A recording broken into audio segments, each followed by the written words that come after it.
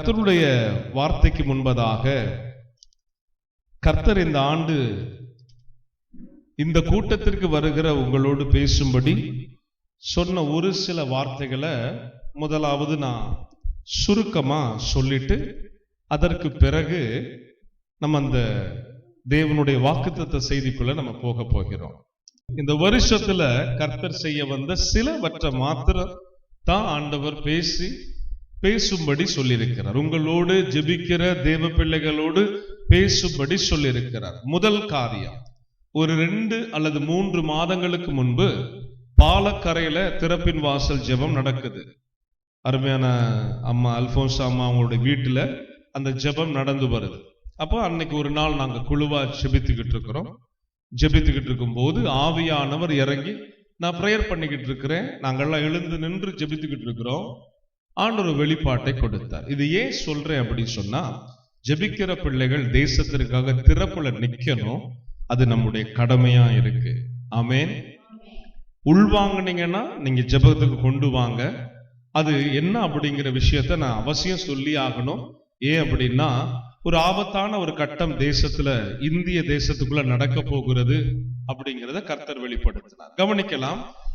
அந்த ஜெப வேளையில ஆவியானவர் என்னோடு இடைப்பட்டு ஆண்டவர் ஒரு காரியத்தை சொன்னார். இந்திய எல்லைகளுக்குள், இந்திய தேசத்தின் எல்லைகளுக்குள் பயங்கர வெடி விபத்துகள் சம்பவிக்கிற ஒரு சூழ்நிலை இருக்கு. அது சம்பவித்து அது நிமித்தமா அநேகர் மாண்டு போகாதபடி திறப்பிலிருந்து ஜெபியுங்கள் அப்படின்னு சொல்லி ஆண்டவர் வெளிப்பாடு கொடுத்தார். ஜெபம் முடிஞ்ச கையோடு அது விஷயத்தை நான் உடனே ஷேர் பண்ணேன். அப்புறம் அதை நாங்க திரும்ப கொஞ்சம் ஜெபத்துக்கு கொண்டு வர ஆரம்பிச்சோம். அடுத்த ஒரு 2 வாரங்களுக்குள்ள கேரளால திருச்சபைக்குள்ள ஒரு வெடி விபத்து. நல்லா கவனிக்கணும். கேள்விப்பட்டீங்களா இல்லையா? இன்னும் தேசத்துல சில இடங்கள்ல, எல்லா இடங்களும் சொல்ல முடியாது, சில இடங்கள்ல சாத்தானால பிடிக்கப்பட்ட சில மனிதர்கள் தேசத்துல ஏதோ ஒரு அவங்களுக்கு ஒரு லாபத்திற்காக, ஒரு அற்ப காரியத்திற்காக இந்த திட்டத்தை நிறைவேற்ற தீர்மானமா இருக்கிறாங்க. கர்த்தருடைய பிள்ளைகள் ஜெபத்துல நின்னா அந்த திட்டத்தை உடைச்சு எரிஞ்சிருவார். ஆமென். அது ஒருவேளை ரயில்ல வைக்கலாம், தியேட்டர்ஸ்ல வைக்கலாம், இல்ல தேவனுடைய ஆலயங்கள்ல கூட வைக்கலாம்.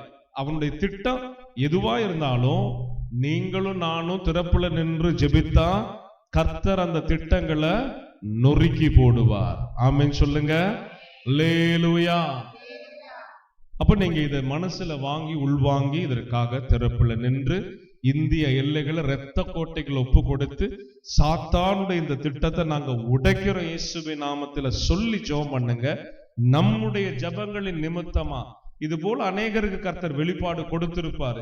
இத பப்ளிக்ல ரொம்ப பேச மாட்டாங்க, இத வெளிப்படையா பேச முடியும். ஏன்னா அப்படிப்பட்டவங்க சம்பந்தப்படுகிறதுனால ஊழியர்களுக்கு அது கொஞ்சம் பிரச்சனையா வரலான்னு சொல்லி பேச மாட்டாங்க. நான் இத உங்களுக்கு மத்தியில ஜெபிக்கிற பிள்ளைகள் இங்க இருக்கிறதுனால நீங்க இதற்காக ஜெபிக்கணும்னு சொல்லி ஆண்டவர் வெளிப்பாடு கொடுத்ததை நான் சொல்ல கடமைப்பட்டிருக்கிறேன். சரி, ஆண்டவருடைய சபைகள்ல உள்ளவங்க தெரிந்து கொள்ள வேண்டிய ஒரு காரியம், இதோ காட்டாற்று வெள்ளம் போல மரணம் ஜனங்களை வாரிக்கொண்டு போகும். காட்டாற்று வெள்ளம் எப்படி வழியில தனக்கு வழியில என்னென்னலாம் இருக்கோ அதெல்லாம் வாரிக்கொண்டு போகிறது போல மரணம் ஜனங்களை வாரிக்கொண்டு போகும். அதுல நமக்கு என்ன ஆண்டவர் சொல்ல வருகிறார்? ஆனாலும் நான் உங்களை தப்புவிப்பேன். ஆமென் சொல்லுவோமா? ஆனாலும் நான் உங்களை தப்புவிப்பேன். ஆண்டவருடைய வார்த்தை, நான் உங்களை தப்புவிப்பேன். அதுக்கு வசனம் ஆண்டவர் காமிச்சாரு. மரணமே உன் கூரெங்கே, பாதாளமே உன் ஜெயம் எங்கே என்று கர்த்தருக்குள்ள நம்ம சாட்சியாய் எழும்புவோம். அல்லேலூயா சொல்லுங்க. அல்லேலூயா. ரொம்ப எனக்கு தேவையானவற்றை மாத்திரம் தான் கர்த்தர் என்னோடு இடைப்படுவார். சரிங்களா? அது போல வேறு ஊழியர்களுக்கு வேறு மாதிரி இடைப்படுவார். ஆனா இதெல்லாம் சொல்ல ஆண்டவர் சொல்லுகிறத சொல்லும் போது சபை ஜனங்கள் விழிப்புணர்வா என்ன செய்ய முடியும்? அடுத்த நிலைக்கு அது ஜெபத்தில் ஆயத்தமாகி இப்படிப்பட்டவைகள் சம்பவித்தாலும் ஒண்ணு நம்ம பாதுகாப்பு, நம்முடைய ஜெபங்களும் தான் அந்நியருடைய பாதுகாப்பு. ஆமென். சோ இதற்காக ஜெபிக்க நாம் அழைக்கப்பட்டிருக்கிறோம். இதை குறித்து ஆண்டவர் பாவத்தின் சம்பளம் மரணம், எனவே தேசத்தில் தேவனுடைய நீதி விளங்கும். பாவம் செய்கிற ஆத்துமா வேதம் சொல்லுது சாகும். பாவத்தின் சம்பளம் மரணம், எனவே தேவனுடைய நீதி தேசத்தில் வெளிப்படும். அப்படின்னா என்ன அர்த்தம் சொன்னா, பாவம் செய்கிற ஒரு கூட்டம் எழும்பி தங்களுடைய இஷ்டப்படியெல்லாம் வாழ்ந்து இச்சைகள் எல்லாம் தீர்த்து கொண்டு தேவனுக்கு துரோகமா மனிதர்களுக்கு துரோகமா கடவுள் கொடுத்திருக்கிற இந்த நல்ல வாழ்க்கை வாழ தெரியாம பாவத்துல மூழ்கி கொண்டிருக்கிறாங்க பாருங்க. அப்போ நம்ம எல்லாம் பார்ப்போம், நம்மள கூட சில நேரம் சொல்லுவோம். இன்னைக்கு கூட ஒரு சகோதரி டெலிபோன்ல வந்து எங்களை ஏமாத்தினவங்களா நல்லா தானே இருக்கிறாங்க. ஒரு சகோதரி இழந்தது நிமித்தம் சோகத்தோடு அவங்க வேதனையை சொல்றாங்க. இப்ப ஜூலி சொல்றாங்க, இல்ல கவலைப்படாத, எப்படியா இருந்தாலும் ஒரு நாள் இல்ல ஒரு நாள் அங்க கணக்கு ஒப்புவிக்கணும், அப்படி நல்லாலாம் வாழ்ந்தது சரித்திரம் இல்லைன்னு இவங்க அவங்களுக்கு ஆறுதல் சொல்றாங்க. அப்ப நல்லா கவனிங்க, இந்த ஏமாற்று வேலைகள், கொலை கொள்ளை, விபச்சார பாவம் மற்றும் பல பாவங்கள் தேசத்தை மூடி இருக்கிறது. அதுக்கு பேர் இருள் என்று வேதம் சொல்லுது. அப்ப இந்த இருளானது பாவத்தின் தன்மையை வெளிப்படுத்தி ஜனங்களை பாவத்துல மூழ்க செய்யும் போது இருளின் அதிகாரத்தில் உள்ள பிசாசுக்கு தெரியும், இதை நம்ம செய்ய வச்சுட்டா தேவன் கோபப்படுவாரு. அவர் கோபப்பட்டார்னா என்ன செய்வாரு? நீதியின் தண்டனையை வழங்கிடுவாரு. ஏன் அப்படின்னா, இயேசு கிறிஸ்துவுடைய மரணத்திற்கு பிறகு சாத்தானுக்கு வல்லமை இல்லை, மனிதர்களை கொல்வதற்கு அவனுக்கு அதிகாரம் இல்லை. மரணத்திற்கும் பாதாளத்துக்கும் உரிய திறவுகோல் இயேசுவின் கரங்களில் இருக்கிறது. ஆமென் சொல்லுங்க. இவன் ஒரு பெரிய கூட்டத்தை மரணத்துக்கு நேரா இழுத்துட்டு செல்லுன்னா விதைய தூவணும். பாவத்தின் விதைய தூவி ஜனங்கள் என்ன செய்வான்? பாதாளத்தின் அடிமைத்தனத்துக்குள்ள கொண்டு போவான். எனவே மரணமே உன் கூரெங்கே என்ற சொல்லக்கூடிய கிறிஸ்தவர்கள், தேவ பிள்ளைகள் எழும்பி தேசத்தை இயேசுவின் நாமத்தினால் மூட நாம் கடமைப்பட்டிருக்கிறோம். ஹல்லேலூயா. அதே போல கர்த்தருடைய வார்த்தை, இனி தேசத்தில் திகிலும் பயங்கரங்களும் உண்டாயிருக்கும், இருள் பூமியையும் காரிருள் ஜனங்களையும் மூடும், ஆனாலும் கர்த்தர் உங்கள் மேல் உதிப்பார். அல்லேலூயா, அல்லேலூயா. இலங்கையில பெட்ரோல் எவ்வளவுன்னு கேட்டா நம்ம ஊர் விலையை காசு சொல்றாங்க. நம்ம 106 ரூபா கொடுக்கிறோம்.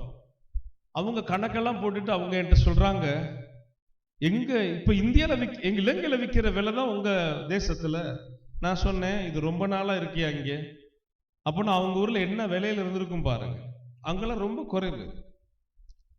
இந்த இருள் பூமியை மூடினா பஞ்சம் வரும், கொள்ளை நோய் வரும், ஆபத்துக்கள் வரும், அகால மரணங்கள் வரும். கர்த்தருடைய பிள்ளைகளாகிய நாம் இந்த வருஷம் இருளின் தன்மை அதனுடைய தாக்கத்தை முழுமையா வெளிப்படுத்திடாதபடி நம்ம திறப்புலையில் நின்று ஜெபிக்கணும். நம்முடைய குடும்பங்களுக்காக, உறவுகளுக்காகவும் நம்ம ஜெபிக்கணும். ஆமென் சொல்லுவோமா? இதெல்லாம் நம்ம விளையாட்டா விட்டுட்டோம்னு சொன்னா நாளைக்கு அந்த இருள், நாளைக்கு அப்படிப்பட்ட கொள்ளை நோய், நாளைக்கு அப்படிப்பட்டவைகள் நம்ம தேசத்துல நடக்கும் போது முதல்ல நம்ம தப்பித்துக் கொள்ள வகை தேடுகிற தடுமாற்றம் நமக்கு இல்லாதபடி ஜெபத்துல அதுக்கு வழி, தப்பித்து செல்ல போக்கை நம்ம ஜெபத்துல உண்டு பண்ணிடணும். ஆமென். இல்லைன்னா கர்த்தர் இதை வெளிப்படுத்த வேண்டிய அவசியம் இல்லை. இதெல்லாம் சம்பவிக்கும். இதெல்லாம் மத்திய 24 லூக்கா 21 மார்க் 13 2000 ஆண்டுகளுக்கு முன்பதாக இயேசு அறிவித்து விட்டார். அப்ப ஏன் திரும்ப நமக்கு வெளிப்படுத்துகிறார்னா, நீங்க வாழுகிற காலம் அப்படிப்பட்ட ஒரு காலம், நீங்க இருக்கிற இந்த காலம் அப்படிப்பட்ட ஒரு காலம், நீங்க இந்த வாழ்க்கைய, இந்த ஓட்டத்தை ஓடிக்கொண்டிருக்கிற நீங்க கர்த்தராக இயேசு கிறிஸ்து சொன்ன காலம் என்பதை உணர்ந்து கொள்ளணும் என்பதற்காகத்தான் வெளிப்பாடுகளை கொடுத்து கர்த்தர் பேசுகிறார். அப்ப உணர்வடைந்து தேவ பிள்ளைகள், இப்படிப்பட்டவைகள் தேசத்தில் சம்பவித்தாலும் எங்களை தப்புவிக்கிற கர்த்தர் நல்லவரும் வல்லவருமாயிருக்கிறீர். ஆமென் சொல்லுவோமா? இதற்கு நல்ல உதாரணம், எகிப்து தேசத்துல 10 வாதைகள். ஒரு எழுப்புதல் வருவதற்கு முன்பு கவனிக்கணும், வேதத்தின்படி எங்கே பார்த்தாலும் இயேசு கிறிஸ்து வருவதற்கு முன்பு பாருங்க ஒரு உபத்திரம் வந்துச்சு. சிறு பிள்ளைகளை கொலை செய்தாங்க. மோசே பிறக்க ரட்சிப்பு கொண்டு வரப்போகிற மோசே பிறக்கும் போது இந்த பிரச்சனை வந்துச்சு. இயேசுவுக்கு வந்த இயேசுடைய பிறப்பின் நேரத்தில் நடந்த அதே பிரச்சனை அங்க நடக்குது. இப்ப எழுப்புதல் வருகிற நேரம் மோசே எகிப்துக்குள்ள வந்ததுமே என்ன நடந்துச்சு தெரியுமா? இந்த ஆண்டவர் இப்ப சொல்லி வருகிற காரியங்கள்லாம் பயங்கரமா 10 விதமாய் வந்தது. அப்ப தெரிந்து கொள்ளணும், இவைகள் சம்பவித்தா இதற்கு பின்பதாக ஒரு பயங்கரமான கர்த்தருடைய ஒரு பிரம்மாண்டமான ஒரு திட்டம் நம்முடைய தேசத்தில் நடக்கும் என்று சொல்லி. அல்லேலூயா, அல்லேலூயா. இதெல்லாம் நீங்கள் நானும் ஜெபத்துல வேண்டிக் கொள்ளலாம், குறைக்கும்படி ஜெபித்துக் கொள்ளலாம். உபத்திரவத்து நாட்கள் குறைக்கப்படும். ஏன்? ஆண்டவர் சொல்றாரு, தெரிந்து கொள்ளப்பட்டவர்களின் நிமித்தம். அதனாலதான் நான் உங்களுக்கு சொல்லிக் கொடுக்கிறேன், ஜெபத்துல தேசத்தின் காரியங்களுக்காக நாம திறப்புல நிற்பது நல்ல விஷயம். ஆமென் சொல்லுங்க, ஒரு ஆமென் சொல்லுங்க, ஒரு அல்லேலூயா சொல்லுங்க. இத குறித்த ஒரு கரிசனை வேணும், இத குறித்த ஒரு மனபாரம் வேணும், ஒரு மன அழுத்தம் வேணும். இது வருஷந்தோறும் ஊழியர்கள் இது போல பேசுறாங்க, வருஷந்தோறும் இப்படி வெளிப்பாடுகள்லாம் கொடுக்கறாங்கன்னு நீங்க அஜாக்கிரதையா இருப்பீங்கன்னு சொன்னீங்கன்னா, நியாய தீர்ப்பு நாள்ல நம்ம இதுக்கெல்லாம் கணக்கு ஒப்புவிக்கிற காலம் வந்து கொஞ்சமாவது அதுக்காக நீங்க உணர்ந்து பாரத்தோடு தேசங்களுக்காக, நம்முடைய நாம வாழுகிற இந்தியாவுக்காக, தமிழகத்திற்காக, பிற மாநிலங்களுக்காக, நம்ம பட்டணத்தாருக்காக.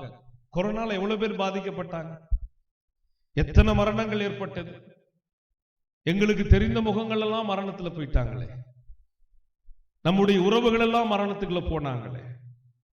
கொரோனாவின் நிமித்தம், கொரோனாவின் தாக்கம் பிரம்மாண்டமான ஒரு காரியத்தை சாத்தான் செய்துட்டு போயிட்டானே.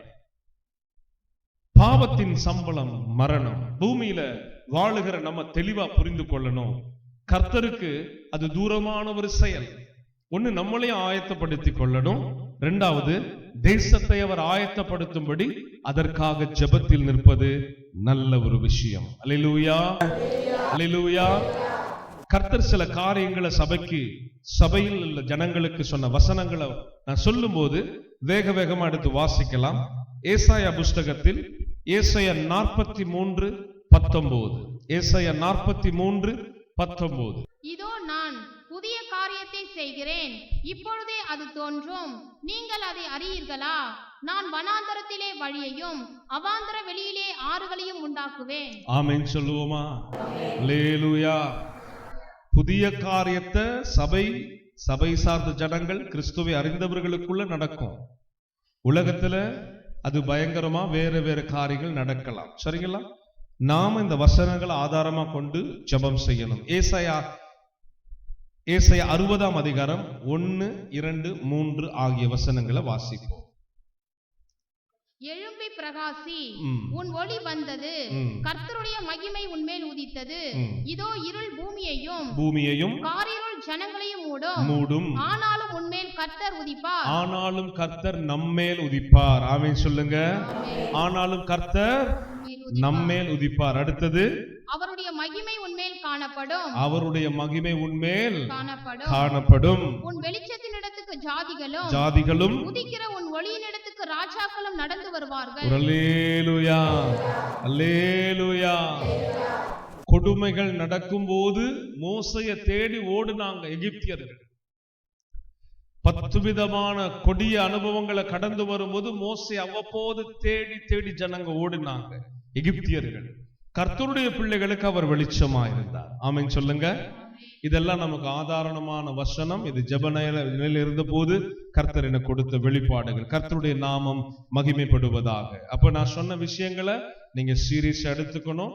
தேசத்துல நடக்க போற அசம்பாவிதங்கள், அழிவுகள், இவைகளுக்காக நீங்க திறப்புல நின்று கர்த்தரிடத்தில் மன்றாடும்படி அன்போடு கேட்டுக்கொள்ளுகிறேன். ஆமென் சொல்லுங்க. அல்லேலூயா. அதில் உள்ள வார்த்தைகளை வாசிக்க கேட்கலாம்.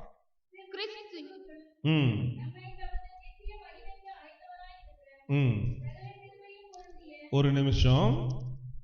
நித்திய மகிமைக்கு நம்மை அழைத்தவராயிருக்கிற அந்த இடத்துல ஒரு நம்ம நின்றணும். நித்திய மகிமைக்கு நம்மை அழைத்தவராய் இருக்கிற. அப்படின்னா என்ன தெரியுமா? பரலோக வாழ்க்கைக்கு நம்மை அழைத்தவரா இருக்கிற. அல்லேலூயா, அல்லேலூயா. வாசிங்க. அதோடு அந்த இடத்துல கொஞ்சம் நம்ம நிற்போம். சகல கிருபைகளும் பொருந்திய, சகல கிருபைகளும் பொருந்திய, எல்லாரும் உச்சரிங்க, சகல கிருபைகளையும் பொருந்திய தேவன் தாம். நாம் ஆராதிக்கிற தேவன் சகல கிருபைகளும் பொருந்திய தேவன். இப்ப நம்ம தொடர்ந்து வாசிக்கலாம். கொஞ்ச காலம் பாட அனுபவிக்கிற உங்களை, இங்க நம்ம கொஞ்சம் அப்படியே ஸ்டாப் பண்ணி கவனிக்கணும். பாடுகள் இல்லை என்று நாம முடிவெடுத்தா நம்ம ஒன்னும் செய்ய முடியாது. ஆனா வேதத்தின்படி உற்று நோக்கி பார்த்தா பேதுருவின் சொல்றாரு, பாடுகளுக்கு நீங்கள் பங்காளிகள். பாடுகளுக்கு நம்ம யாரா? பங்காளிகள். அப்ப ஆண்டவர் இந்த வருஷ துவக்கத்துல உங்களை கொஞ்சம் அலர்ட் பண்றாரு.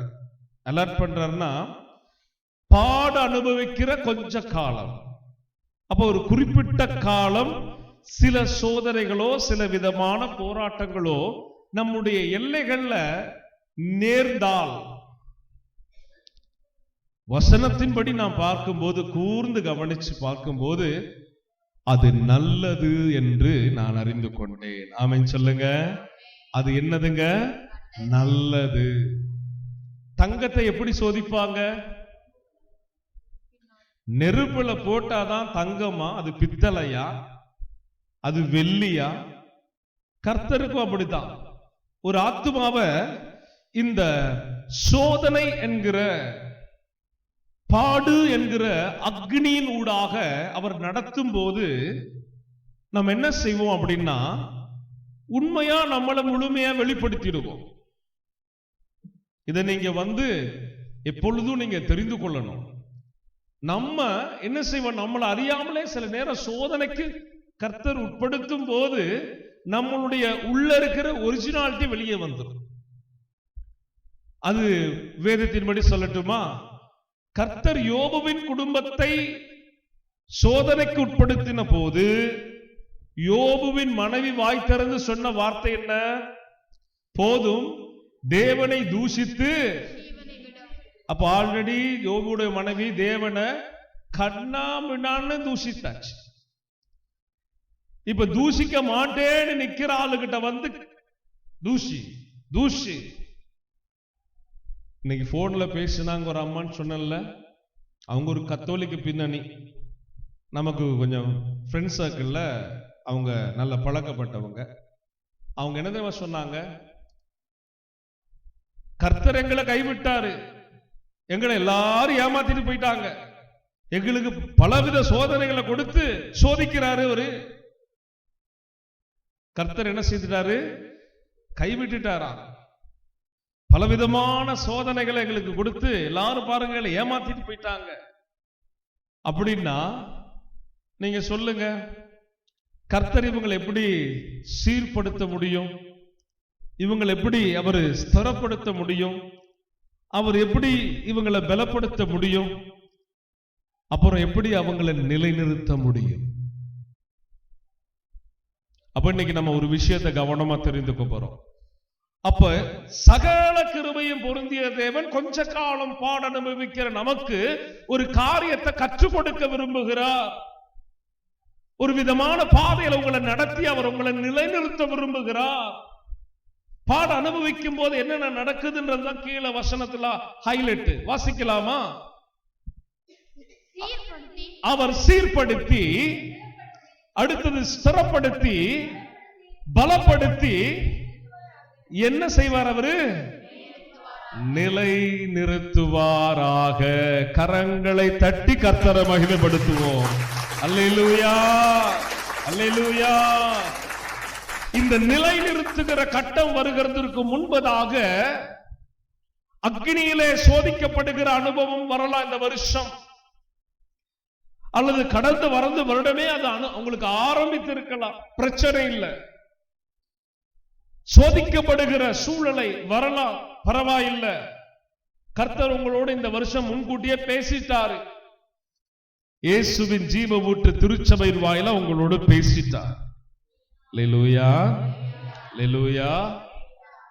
சோதிக்கிறதுக்கு அவருக்கு அதிகாரம் இருக்கா இல்லையா? நீங்க வேதத்தை நுணுக்கமா பார்த்துக்கிட்டே வந்தீங்கன்னா, ஆதாம் ஏவாளை சோதிச்சார், ஆபிரகாம சோதிச்சார், ஈசாக்கையும் சோதிச்சார். யாரையுமே விட்டு வைக்கல. அவர் தெரிந்து கொண்ட தாவீதா இருக்கட்டும், சாலமோனா இருக்கட்டும், புதிய ஏற்பாட்டில் இருக்கிற 12 பேரா இருக்கட்டும் சோதிச்சார். அதனாலதான் வேதத்துல கர்த்தருக்கு ஒரு பேர் இருக்குது, அவர் சோதித்து அறிகிற தேவன். அல்லேலூயா. நம்ம முதல்ல நம்ம ஆண்டவர் யாருங்கிறது தெரிந்து கொண்டாலே இந்த வருஷம் உங்களுக்கு ஆனந்த களிப்பான வருஷமா மாறிடும். அல்லேலூயா. நிறைய சோதிச்சாரு. போன வருஷத்துல எங்களை ஊழியத்தின் பாதையில சோதிச்சாரு. நான் மறுக்கவே முடியாது. சோதிப்பாரு. எஜமான் எப்படி வேணாலும் சோதிப்பாரு. நான் வேலை செய்த ஒரு இடத்துல ஒரு நாள் என்னுடைய பாஸ் வந்து என்ன பண்ணாரு, ஒரு 10,000 ரூபாய் கட்டு என்கிட்ட கொடுத்து ஒரு ஆள்கிட்ட கொடுக்க சொன்னார். அந்த 10,000 கட்டை நாங்க எண்ணும் போது 10,000 இருந்துச்சு. ஆனா நான் பாருங்க கொஞ்சம் கணக்குல அப்படிதான், அதுல ஒரு 100 ரூபாய் நோட்டு எக்ஸ்ட்ரா இருந்திருக்குது. இது தெரியாம வேகமா அவர்கிட்ட வேகமா என்ற மாதிரி ஒரு பந்தாவா 2 வீலர் பைக் எல்லாம் ரொம்ப பெரிய விஷயம். இந்த பைக் எடுத்துட்டு இந்த கருமண்டபத்துல இருந்து நான் இது வரைக்கும் போகணும், காட்டூர் வரைக்கும் ஒரு பெரிய ஜர்னி அப்படி சொல்லிட்டு ஜாலியா வேகமா போயிட்டேன். போய் அந்த கடையிலேயே நான் கொடுக்க வேண்டிய ஆள்கிட்டையும் கொடுத்துட்டேன். காசு கொடுத்துட்டு உட்காருங்க அவசரம் இல்லை, எல்லாம் மெல்ல போகலாம் அப்படின்னு. அவர் என்ன செய்யறாரு, அவர் எனக்கு முன்னாடி எண்ணிக்கிட்டு இருக்கிறாரு. சரி எண்ணி முடிச்சதுமே அனுப்பிடுறாரு. பார்த்தா கரெக்டா அங்கிருந்து ஒரு போன் வருது. போன் வந்ததுமே அவர் சொல்றாரு, நீங்க கொடுத்து அனுப்புனது அப்படியே வந்துருச்சு. கொடுத்து அனுப்புனது அப்படியே வந்துருச்சா? என்ன பேசுறாரு? ஒரு எக்ஸ்ட்ரா ஒரு நோட்டும் சேர்ந்து வந்துருச்சு. எனக்கு அதுக்கப்புறம் தான் விஷயம் புரியுது. ஆஹா, 10,000 பிளஸ் ஒரு 100 ரூபாய் எக்ஸ்ட்ரா இருக்குதா அப்படி சொல்லிட்டு அந்த மனுஷன் பாருங்க, சோதிச்சதுக்கு அப்புறம் அவரு லட்சக்கணக்கான தொகையை கையில கொடுத்து பேங்க் மற்ற இடங்கள்ல கொண்டு போய் இது இங்க செட்டில் பண்ணி அங்க செட்டில் பண்ண சொல்லி அந்த ஒரு டெஸ்டுக்கு அப்புறம் பாருங்க நிறைய பணம். அந்த காலத்துல 7 லட்சம் ரூபாய் பெரிய விஷயம். பேங்க்ல போய் வித்ரா பண்றதுக்கு என்ன அனுப்புவார், எடுத்துட்டு இங்க வந்து இங்க கொடுக்கூடாது, செட்டில் பண்ண. ஏன்? சோதனைக்குட்படுத்தப்பட்ட சோதனை காலத்துல நம்ம சரியா இருந்துட்டோம்னு சொன்னா கர்த்தர் உங்களை முழுசா நம்பிடுவார். நல்ல சொல்லுங்க, நல்லா கவனிக்கணும். சோதிக்கப்படுகிற காலத்துல தேவனுடைய பிள்ளைகள் சரியாக தேவனுக்கு பிரியமா இருந்துட்டா, சோதனையில நீங்க சரியா முறையா நின்று கர்த்தர் பக்கம் நின்று நீங்க பாஸ் ஆயிட்டீங்கன்னா ஆண்டவர் உங்களை அதிகமா நம்ப ஆரம்பிச்சிருவார். அல்லேலூயா. இந்த ஊழியத்தை ஆண்டவர் எனக்கு கொடுத்த போது நான் முதல்ல ஊழியத்துக்கு கூப்பிட்டப்போ வரலன்னு சொன்னேன். எனக்கு ஊழிய வேண்டாம் ஆண்டவரே, ஊழியக்காரர்கள் கடந்து போகிற பாதைகளை பார்க்கிறேன், கசப்பான அனுபவங்கள், ஏழ்மை சூழல் எல்லாத்தையும் நான் பார்க்கிறேன். அப்படிங்கறதுனால நான் ஊழியத்தை தாங்குறேன். இல்ல, ஆண்டவர் வந்து வலியுறுத்தி கூப்பிடுறார், இல்ல நீ எனக்கு வேணும். அப்ப 40 நாள் உபவாசம் இருந்து கர்த்தர் வசனங்கள் ஊடா எனக்கு உறுதிப்படுத்தி கர்த்தருடைய திட்டங்களை எனக்கு கொடுத்ததுக்கு பிறகுதான் வேலையை ரிசைன் பண்ணணும், ஊழியத்துக்கே வந்துடுறேன் ஆண்டவர்னு ஒப்பு கொடுத்தேன். 40வது நாள் உபவாசத்துல ஒப்பு கொடுத்தேன், நிறைவு நாள்ல ஒப்பு கொடுத்தேன். கர்த்தர் என்னோடு இடைப்பட்டார், ஒப்பு கொடுத்தேன். அப்ப ஒப்பு கொடுத்ததுக்கு அப்புறம் ஊழியத்துக்கு வந்ததுக்கு அப்புறம் கண்ணை கட்டி காட்டுல விட்ட மாதிரி இருந்துச்சு. என்ன செய்யறது தெரியல, எங்க போறது தெரியல, யார் நமக்கு ட்ரைனிங் கொடுப்பாங்க ஒண்ணுமே தெரியல. 16 வருஷம் கவனிங்க, 16 வருஷம் அழைத்தவர் இந்த நாள் வரைக்கும் உண்மை உள்ளவராய் இருந்து எல்லா சோதனை கட்டங்களும் கடந்து கடந்து கடந்து வர கிருபை பாராட்டி இலை உதிராயிருக்கிற ஒரு மரத்தை போல இந்த ஊழியத்தை தன் காலத்தில் கனி கொடுக்கிற மரத்தை போல மாற்றிருக்கிறார். அல்லேலூயா. அதனாலதான் இன்னைக்கு பணத்தின் மேல நமக்கு மோகம் இல்லை, புகழ்ச்சியின் மேல மோகம் இல்லை. யாரு எதையாவது கொண்டாந்து உங்களுக்கு நீங்க இதை செய்யுங்க அதை தரேன், அதுக்கெல்லாம் நம்ம செவி சாய்க்கவே மாட்டோம். ஜெபிக்கிறீங்களா? வாங்க இணைந்து ஜெபிக்கலாம். ஒரு அல்லேலூயா சொல்லுங்க. ஆமா, தேசத்துக்காக ஜெபிக்கலாம். வாங்க. நீங்க ஜெபிக்கிறவங்களா? நாங்க உங்களோட இணைய ரெடி. ஆமென் சொல்லுங்க. நல்ல ஒரு விஷயத்தை கற்றுக் கொடுத்துட்டார். கடைசி கால ஊழியம் அவரையே தான் பார்த்து நடக்கணும். அவர்கிட்டயே தான் நம்ம காத்திருக்கணும். அவர் முகத்தையே தேடணும். அப்படி இருந்தாதான் ஊழியமே செய்ய முடியும். அதனால ஆண்டவர் இரவும் பகலும் ஜெபிக்கவும், ஜனங்களோடு இணைந்து ஜெபிக்கவும், தேசத்திற்காக ஜெபிக்கவும், அழிகிற ஆத்துமாக்களுக்காக ஜெபிக்கவும் ஒரு ஜெப பாரத்தை இந்த ஊழியத்திற்கு அதிகமா கொடுத்து இன்றைக்கு தன்னுடைய சித்தத்தின்படி என்னை நிலைநிறுத்தியிருக்கிறார். ஒரு வேளை கொடுத்தப்ப, ஜெப ஊழியத்தை கொடுத்தப்ப, ஐயோ இதெல்லாம் யாரு செய்ய முடியும், நான் ஏதோ எனக்கு கொடுத்த ஒரு இவாஞ்சலிசம் மினிஸ்ட்ரியை பார்த்துக்கிட்டு 4 பேருக்கு சத்தியத்தை சொல்லிட்டு ஏதோ காணிக்கைகளை வாங்கிட்டு அப்படியே போயிடுறேன் அப்படின்னு சொல்லி நான் விலகி இருந்தா ஆண்டவர் என்ன செய்வா? அப்படியே நான் அனுப்பியிருப்பேன். சரிப்பா போயிட்டு வா, பத்திரமா போயிட்டு வா அப்படி சொல்லி டாட்டா பாய் பாய் எல்லாம் சொல்லி அனுப்பியிருப்பேன். சில காலம் சோதிக்கப்படும் போது, சோதனை கட்டத்துல நீங்க யார் அப்படின்னு ஆண்டவர் தெரிந்து கொள்வார். சோதனை நேரத்துல உங்கள் தேவன் யார் என்பதை நீங்க தெரிந்து கொள்வீங்க. அல்லேலூயா. ரெண்டுமே நடக்கும். சோதிக்கப்படும் போது ஆண்டவர் உங்களை யாரும் தெரிந்துக்குவாரு. சோதிக்கப்படுகிற நேரத்துல உங்க தேவன் யார் என்பதை நீங்க தெரிந்து கொள்வீங்க. அல்லேலூயா சொல்லுங்க. அப்ப நீங்க சொல்லணும், சோதிக்கப்படுவது நல்லது, தேவனுடைய சித்தத்தின்படியே ஆக கடவுது. அல்லேலூயா. அப்ப இன்றைக்கு இந்த சகல கிருபைகளும் பொருந்திய தேவனை குறித்து முதலாவது அதை நம்ம கவனிக்கணும். சாதாரண விஷயம் ஆண்டு பேசுறது சகல கிருபை. சோதிக்கிற தேவன் சகல கிருபை பொருந்தியவர். கவனிச்சு பாருங்க. சோதனைக்கு உட்படுத்துவேன்னு சொல்ற தேவன் எப்படிப்பட்டவருங்க? சகல கிருபை. நீங்க வியாதிப்படுவீங்களா? சுகமாக்குகிற கிருபையோடு வருவார். அல்லேலூயா. நெருக்கடி காலமா அவர் வருவார். சுகமாக்குகிற தேவன் மாத்திரமல்ல, உதவிக்கரம் நீட்டியவர் வருவார். சகல கிருபை பொருந்திய தேவன் அவர். சில நேரம் சில சஞ்சலம், சில போராட்டம் வருவார், உதவி செய்யும்படி வருவார். அவரிடத்தில் திரளான மீட்பு உண்டு. ஆமென் சொல்லுங்க. அப்ப சகல கிருபைகள் சொல்லும் போது கிருபைகளை குறித்து நம்ம ஆதியாகமம் 39:21 எடுத்து நம்ம வாசிக்க கேட்கலாம். 39:21. கர்த்தரோ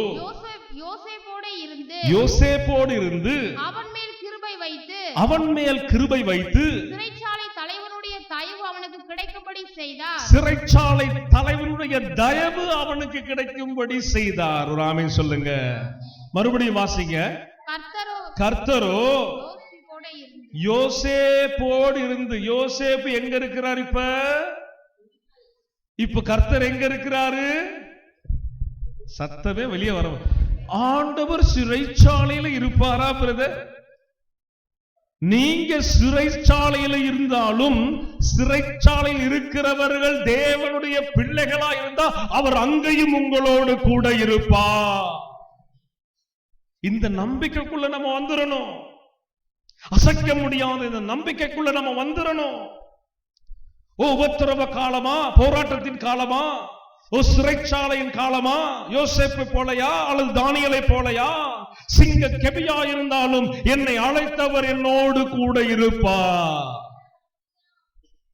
நம்ம நினைச்சுக்கிறோம், ஐயோ தள்ளப்பட்டுட்டோம், ஐயோ சோதிக்கப்படுறோம். சோதனையில உங்க கூட தான் அவர் இருக்கிறாரு. அப்ப ஏன் உங்க கூட இருக்கிறார்னா, சோதிக்கும் போது உங்களை கூர்ந்து கவனிச்சுக்கிட்டே இருப்பாரு. நீங்க யாருன்னு அவர் உங்களை பார்ப்பாரு. சோதனை கட்டத்துல நீங்க ஆராதிக்கிற தேவன் யார் என்பதை நீங்க பார்ப்பீங்க. அல்லேலூயா. மறுதலிக்க கூடாது, தேவனை தூஷிக்க கூடாது, அவருக்கு விரோதமா பேசக்கூடாது. சோதிக்கப்படுகிற காலங்களில் தேவனை விட்டு விலகக்கூடாது, பின்மாறி போக கூடாது. சோதனை நல்லது, நான் புடமிடப்படுவது நல்லது, சுத்த பொன்னாக விளங்கும்படி தேவனை அனுமதித்து சோதிக்கிற காரியத்தில் அவரால் நான் வெற்றி பெறுவேன். ஆமென் சொல்லுங்க. கைவிட்டது போலதான் இருக்கும், கைவிட்டது போலதான் இருக்கும். ஆகார் கைவிடப்பட்டது போல ஆயிட்டார். நம்பின ஆபிரகாம் கணவனாலும் கைவிடப்பட்டாச்சு. நாச்சியார் பேச்சை கேட்டுதான் திருமணத்துக்கு ஒத்துக்கிட்டா இல்லையா? ஆபிரகாம் மனம் முடிக்க சாராள் பேச்ச கேடுது. சாராலும் வெறுத்தாச்சு. கைவிடப்பட்ட அனுபவம். இப்ப கைவிடப்பட்டதுமே எங்க சாராள் ஆகார் என்ன பண்றாங்க? வனாந்தரத்துல ஓடுறாங்க. கைவிடப்பட்ட அனுபவம். ஆவியானவர் இன்னைக்கு பேசினார் சிலருக்கு. ஒரு அனாதையை போல இருக்கிற அந்த உணர்வு, நீங்க அனாதை இல்ல, நான் உன் தேவன் அப்படின்னு சொல்லி வெளிப்படுத்தி பேசினார். ஆமென் சொல்லுங்க. பேசினார். கர்த்தர் தான் உங்களோடு பேசினார். இது மனிதனுடைய வார்த்தை அல்ல. பரலோக தேவன், நாங்கள் ஆராதிக்கிற தேவனுடைய பரலோக சித்தத்தின்படி எனக்கு அருளப்பட்ட வார்த்தை உங்களோடு தான் பேசினார்.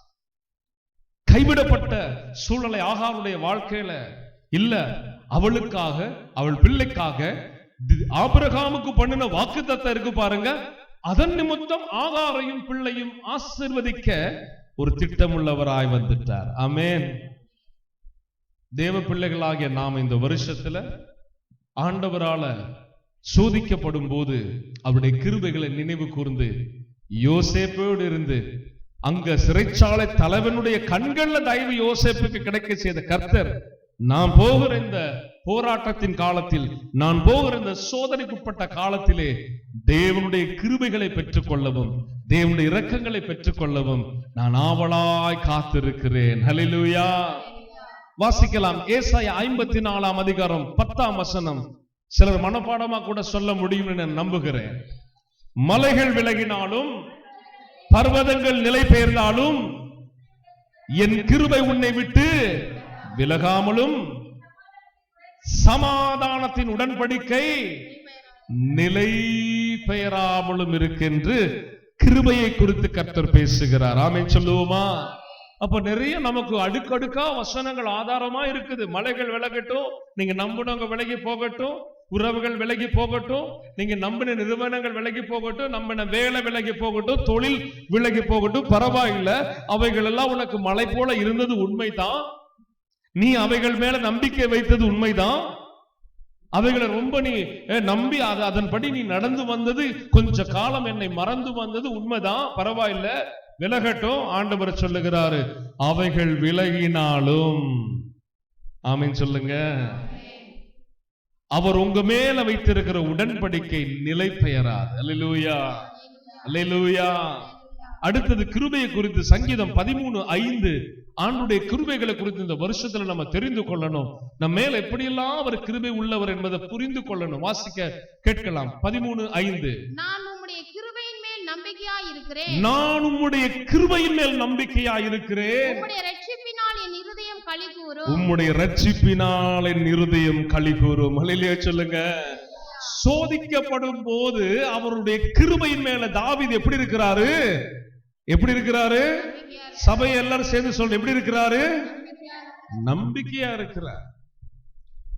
தேவனுடைய பிள்ளைகள் சோதனை காலத்துல தாவீது போல சில கால சூழ்நிலைகள் உங்களுக்கு ஏற்பட்டா, தாவீதுடைய வாழ்க்கையில அவர் கடந்து போனது போல சில நேரம் ஒருவேளை இந்த வருஷம் அப்படிதான் ஏற்பட்டா, அவருடைய கிருபையின் மேலதான் உங்க நம்பிக்கை இருக்கணும். ஆமென் சொல்லுங்க. அந்த கிருபையின் மேல நம்பிக்கை வைத்து அவர் என்ன வாசிங்க, அவருடைய கீழே கர்த்தர் எனக்கு நன்மை செய்தபடி. மறுபடியும் வாசிக்கலாம். முதல்ல வாசிங்க ஒரு ஆளு. நான் உம்முடைய கிருபையின் மேல் நம்பிக்கையா இருந்து உம்முடைய இரட்சிப்பினால் என் இருதயம் களிகூரும். ஹல்லேலூயா. தானியேலுடைய காலத்துல சாத்ராக், மேஷாக், ஆபேத்நேகோ என்கிற தேவ மனிதருடைய வாழ்க்கையில பாருங்க, களி கூறுகிற ஒரு அனுபவம். எங்க களி கூர்ந்தாங்க தெரியுமா? அவர்கள் எங்கே களி கூர்ந்தார்கள்? பட்சிக்கிற அக்கினி. சாதாரண அக்கினி இல்ல, அது எப்படிப்பட்ட அக்கினி? பட்சிக்கக்கூடிய, அதாவது தூரத்துல வரும்போதே ஒரு மனுஷனை அதால பொசுக்க முடியும். அந்த அக்னிக்கு பக்கத்துல வந்தாலே அந்த வருகிற ஆளை அதால அது பக்கமா இழுத்து கொள்ள முடியும். அப்படிப்பட்ட ஒரு அக்னி அது. 7 மடங்கு அவங்களுக்காக விசேஷமா அவத மறுபடியும் பெருக செய்து அவங்கள தண்டனைக்கு உட்படுத்தின போது அவங்க 3 பேர் இல்ல, உள்ள 4 பேரு. அல்லேலூயா சொல்லுங்க. அந்த அக்னியில உலாவுகிறத அவங்க பார்த்தவங்க சொல்றாங்க, மனுஷகுமாருடைய சாயலுக்கு ஒப்பானவர் போல இருக்குன்னு சொல்லி. அல்லேலூயா சொல்லுங்களே. 3 பேரு போடப்பட்டாங்க. உள்ள போனா அங்க 4 பேரு. இல்லையே சொல்லுங்க. ஐயா போட்டது 3 பேரு இல்லையா, அங்க 4 பேரு. ஆமா, நீங்க சோதனைக்கு உட்படுத்தப்பட்டது உண்மையான சோதனை கட்டத்துல ஒரு ஜாலியான வாழ்க்கை. அல்லேலூயா. உள்ள போய் பாருங்க. நான் நினைக்கிறேன் ஸ்தோத்திரம் பாடி பக்மஸ் ஐயா போல துதி சொல்லிக்கிட்டு அப்படியே வளம் வந்துகிட்டு இருக்கிறாங்க. அங்க அந்த சோதனைக்கு உட்பட்ட காலத்துல அவங்களுடைய மனநிலையை நீங்க யோசித்து பாருங்க. நம்மளை கட்டி கொண்டு போனா போற வழியிலேயே போய் சேர்ந்து இருப்போம். நம்மளுக்கு உனக்கு தண்டனை அப்படின்னா முடிஞ்சு போச்சு. அந்த வார்த்தையே மரணத்தை கொண்டு வந்திருக்கு சில ஆளுக்கு. அதுல ரொம்ப சூப்பரா சொல்லுவாங்க, காப்பாற்றினாலும் காப்பாற்றாமல் போனாலும் நீ நிறுத்தின சிலையை நாங்க என்ன செய்ய மாட்டோம், சோதனைக்கு உட்படுத்துவார். ஏன் சாத்ராக் மேஷாக் அவங்கள பரிசுத்தவான்கள் தானே, அவங்களை ஏன் ஆண்டவர் சோதிக்கணும்? அவருடைய பிள்ளைகளை எப்படி வேணாலும் சோதிப்பார். நீங்க அவருடைய பிள்ளைகளா இருந்தா சோதிக்கப்படுவீங்க. இன்னொன்னு சொல்லட்டுமா, சாத்தானுக்கு பிள்ளைகளா இருக்கிறவனுக்கு எந்த சோதனையும் வராது. இல்லையா சொல்லுங்க. ஆமா, அங்க வேற கதை, அது வேற வாழ்க்கை, அது வேற ஒரு உலகம். ஆனால் பரலோகத்தை நோக்கி நித்திய ஜீவனை அளிக்க இங்க பேதுருவுல அதான் ஆண்டவர் சொல்லியிருக்கிறாரு. என்ன சொல்லியிருக்கிறாரு? நம்மை தமது நித்திய மகிமைக்கு, அப்படின்னா பரலோக வாழ்க்கைக்கு தெரிந்து கொண்ட தேவன் இந்த பூமியில நீங்க வாழுகிற காலத்துல கொஞ்ச காலம் பாட அனுபவிக்கும் போது ஆண்டவர் என்ன செய்யறார்? உங்களை சீர்படுத்தி. ஹல்லேலூயா சொல்லுங்க. வாசிக்கலாமா? எரேமியா 26:13 வாசிக்கலாமா? சீர்படுத்தி. எதை சீர்படுத்தி? எப்படி அவர் நம்மை சீர்படுத்தி? சீக்கிரம் எடுத்து நம்ம வாசித்து இப்பொழுது நீங்கள் உங்கள் வழிகளையும் பாருங்க. இவங்க வேறு வழியில நடக்கிறாங்க. ஆண்டவர் எரேமியாவை கொண்டு சொல்ல வேண்டிய காரியம் அவசியம் என்ன? இவர்கள் தேவ வழிகளை விட்டு வேறு வழியில நடக்கிறாங்க.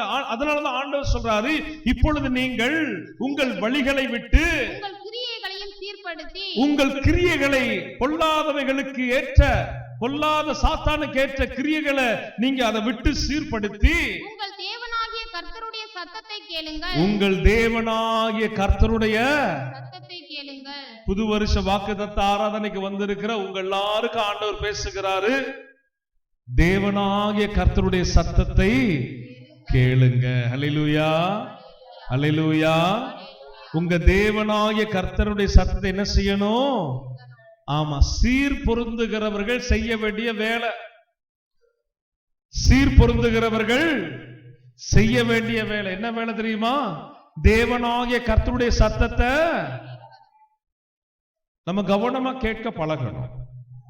நம்ம இன்னைக்கு உலகத்தில் இருக்கிற சத்தங்களை கேட்கிறோமா, அல்லது மொபைல் போன்ல வருகிற சத்தங்களை கேட்கிறோமா, அல்லது தேவனுக்கு பிரியமில்லாத வழிகள்ல போய் வெவ்வேறு சத்தங்களுக்கு செவிசாய்க்கிறோமா?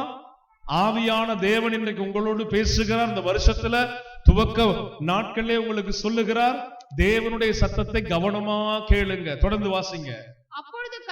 அப்பொழுது கர்த்தர் உங்களுக்கு விரோதமாய் சொன்ன தீங்குக்கு மனஸ்தாபப்படுவார். சோதிக்கப்படுகிற, சோதனைக்கு உட்படுத்தப்பட்ட அந்த காரியத்திலிருந்து கொஞ்சம் அவர் அப்படியே மனஸ்தாபப்பட்டு அவர் என்ன செய்யறார்? உங்களை மறுபடியும் விடுதலை ஆக்குவார், ரட்சிப்பார் அர்த்தம். ஆமென் சொல்லுங்க. இதெல்லாம் முன்கூட்டியே சொல்லி இவைகள் எல்லாம் உங்களுக்கு முன்கூட்டியே ஆயத்தப்படுத்துறது காரணம் என்னன்னா, இனி நாட்கள் வர வர மிகவும் கொடிய நாட்களா தான் உலகத்தில் இருக்கும். அதாவது இப்படி உலக சரித்திரம் பிரிக்கப்பட்டது. எப்படி பிரிக்கப்பட்டது? கிமு, கிபி, கிறிஸ்துவுக்கு முன். ஆமா, இப்போ எப்படி பிரிக்கலாம்னா கொரோனாவுக்கு முன், கொரோனாவுக்கு பின். புரியுதுங்களா? கொரோனாவுக்கு முன்பதாக சுதந்திர பறவைகள் என்னமா சுத்தி அடிச்செல்லாம் வந்தோம், புடிச்சு உள்ள போட்டாங்களே. 1.5 வருஷம் மூச்சு திணற திணற உட்கார வச்சு போலீஸ்காரனை விட்டு லத்திய விட்டு அடிச்சு, கடைகள் எல்லாம் ஓடி பால் பாக்கெட் கூட திருடன் போல வாங்குகிற ஒரு சூழ்நிலைக்குள் நம்ம தள்ளப்பட்டோம். இல்லையே சொல்லுங்க. அப்ப அக்காலத்திலேயும் ஒரு காரியம் தெரிஞ்சுக்கங்க, சுடரொளி பட்டயத்தை போல சில சபைகள் அப்படியே எரிந்து கொண்டே இருந்துச்சு, அணையவே இல்லை. நிறைய பேருக்கு அது லீவு நாள், ஜாலியா அடே அப்பா நிறைய ஏகப்பட்ட வேலையை விட்டுட்டு நிம்மதியா இருப்போம்னு நிறைய பேர் ரெஸ்ட் எடுத்தாங்க பாருங்க. ஆனா ஒரு கூட்டம், ஒரு சிறு கூட்டம் பாத்தீங்கன்னா இந்தியா முழுவதும் ஆங்காங்கே சுடரொளியை போல ஆலயங்களை மூடல, ஆராதனைகளை மூடல, அதெல்லாம் தொடர்ந்து நடந்துகிட்டே இருந்துச்சு. ஊழியங்கள் மூடப்படல. கொரோனாக்கு மத்தியில ஊழியங்கள் செய்த ஊழியக்காரர்கள் உண்டு. அல்லேலூயா.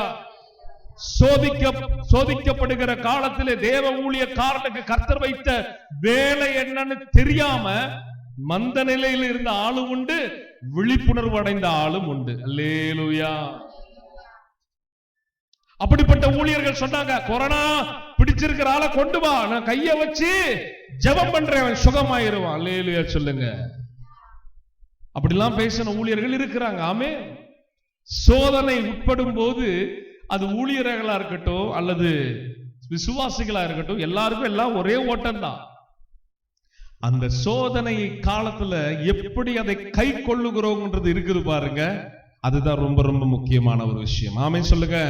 அப்ப எரேமியாவின் காலத்துல ஜனங்கள் தவறி நடந்தாங்க, தேவ பாதையில நடக்காம. ஆண்டவர் சொன்னார், மனம் திரும்பி எல்லாம் என் பக்கமா வந்தா நான் உங்களுக்கு அனுமதிச்ச தீங்கிலிருந்து மனஸ்தாபப்பட்டு உங்களை ரட்சிப்பேன். சிம்பிள்.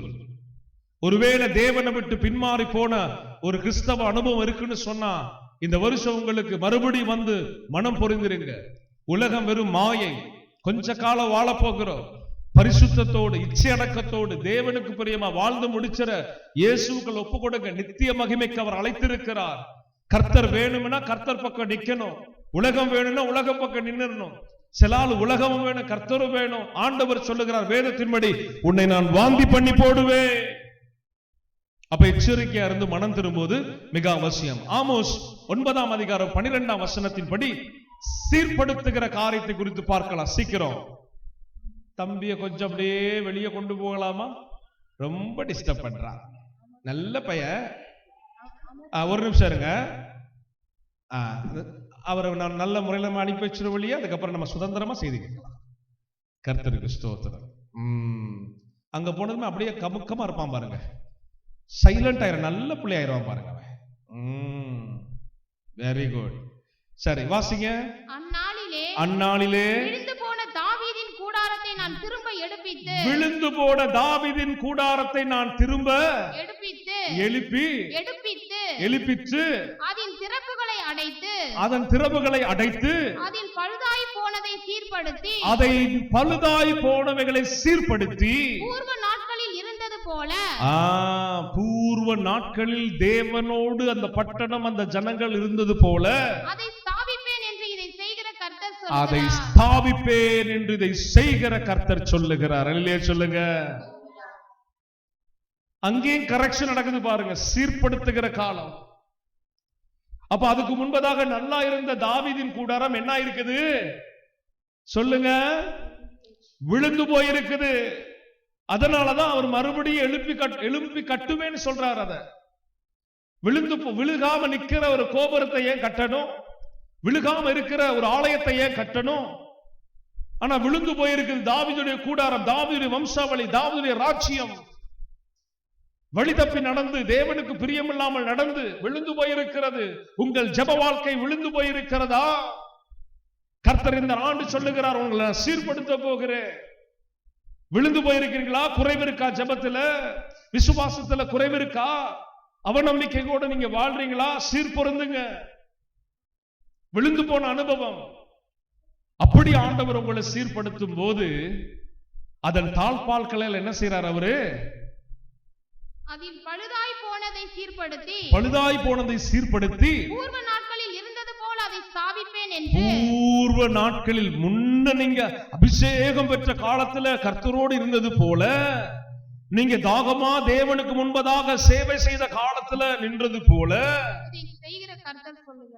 இவைகளை செய்கிற கர்த்தர் சொல்லுகிறார். ஆமென் சொல்லுவோமா? சரி, இரண்டாவது பாயிண்ட்டுக்கு நம்ம போயிருவோம். டைம்ல நமக்கு அடுத்ததா வசனத்தின்படி நமக்கு பார்க்கும்போது ஆண்டவர் என்ன செய்வேன்னு சொன்னாரு? ஸ்திரப்படுத்துவேன். அப்படித்தானே? முதல்ல சீர்படுத்தி, அடுத்தது ஸ்திரப்படுத்தி. வாசிக்கலாம். அதுக்கு 2 தெசலோனிக்கேயர் 3ஆம் அதிகாரம் 3ஆம் வசனத்தை நம்ம எடுத்து வாசிக்கலாம். ஆண்டவர் எப்படி நம்மை ஸ்திரப்படுத்துவார் என்பதை நாம் வசனத்தினூடாக தெரிந்து கொள்ளலாம். சீக்கிரம் 2 தெசலோனிக்கேயர் 3:3. கர்த்தரோ உண்மை உள்ளவர், அவர் உங்களை ஸ்திரப்படுத்தி எங்கிருந்து? தீமையில் நின்று உங்களை அவர் என்ன செய்யறாரு? இந்த வருஷத்துல பாருங்க, ஆண்டவருடைய வசனத்துக்குள்ள எவ்வளவு ஆழங்களை நமக்காக அவர் வச்சிருக்கிறார். தீமை செய்யும்படி சாத்தா எத்தனை பண்ணலாம், இடம் கொடுக்காதீங்க. தீமையை கொண்டு வருகிற வசனத்தின்படி பார்க்கும்போது, ஆண்டவர் வெளிப்பாடுகள் படி பார்க்கும்போது மரணம் வந்து வாரிக்கொண்டு போகும். தீமை செய்கிறவன் உலாவலாம், தேசத்துக்குள்ள உலாவலாம், பொல்லாத ஆவிகள் நம்முடைய மாவட்டத்துக்குள்ள கிராமங்களுக்குள் உலாவலாம். ஆனா தீமை செய்கிற ஆவிகள் அது கர்த்தர் உங்களோடும் என்னோடும் பேசுகிறார். ஒரு உபத்திரவத்திற்கு மத்தியில தீங்கு செய்ய சாத்தான் வருகிற அந்த காலத்துல தீமைக்குள்ள நீங்க உட்பட்டுடாதபடி அவர் என்ன செய்ய விரும்புகிறாரு? வாசிங்க, மறுபடியும் வாசி முடிங்க.